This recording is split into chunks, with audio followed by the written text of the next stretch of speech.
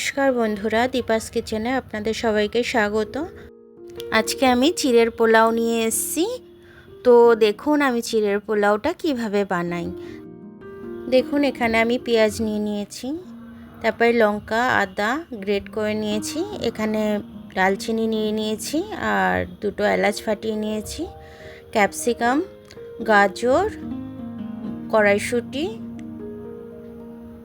আর ফুলকপি আর একটু আলু কেটে নিয়েছি ছোট ছোট করে। এবার আমি ডালচিনিটা দিয়ে দিলাম, এলাচটাও তার সাথে দিয়ে দিয়েছি। এবার আমি এর মধ্যে আলুগুলো দিয়ে দেবো একটু এটা ভেজে।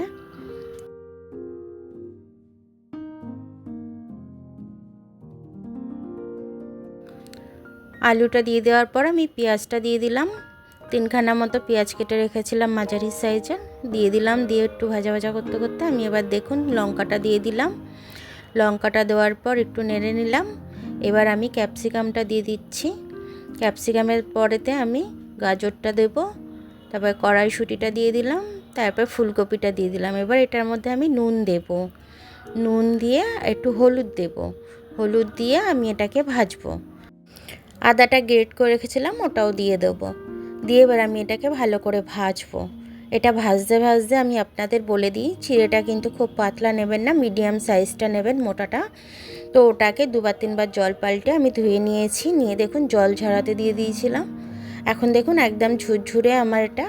আমি এবার এটার সাথে ভেজে নেবো, এটার সাথে খুব ভালোভাবে ভাজবো।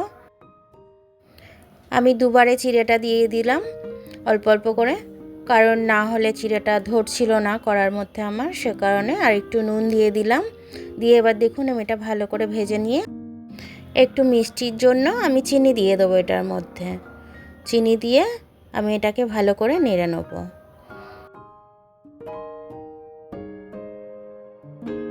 চিড়ের পোলাও করতে গেলে একটু তো ঘি দিতেই লাগে জানেন, সে কারণে আমি একটু ঘিও দিয়ে দিলাম এর মধ্যে।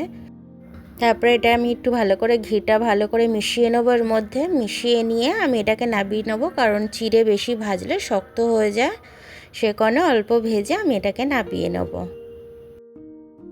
দেখুন এটা সকালের টিফিন কিংবা বিকেলের টিফিন কিংবা বাচ্চাদের টিফিনে আপনারা ইজিলিভাবে 10 মিনিটের মধ্যে তৈরি করে এটা দিয়ে দিতে পারেন। আর আমি এটার মধ্যে বাদাম দিইনি, আপনারা চাইলে এটার মধ্যে বাদামও দিতে পারেন।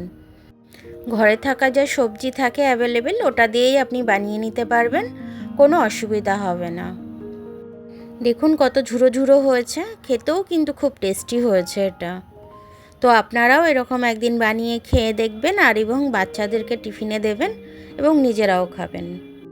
কেমনি লাগলো খেয়ে বলবেন আমাকে। আর আমার ভিডিওটা দেখার জন্য অনেক অনেক ধন্যবাদ।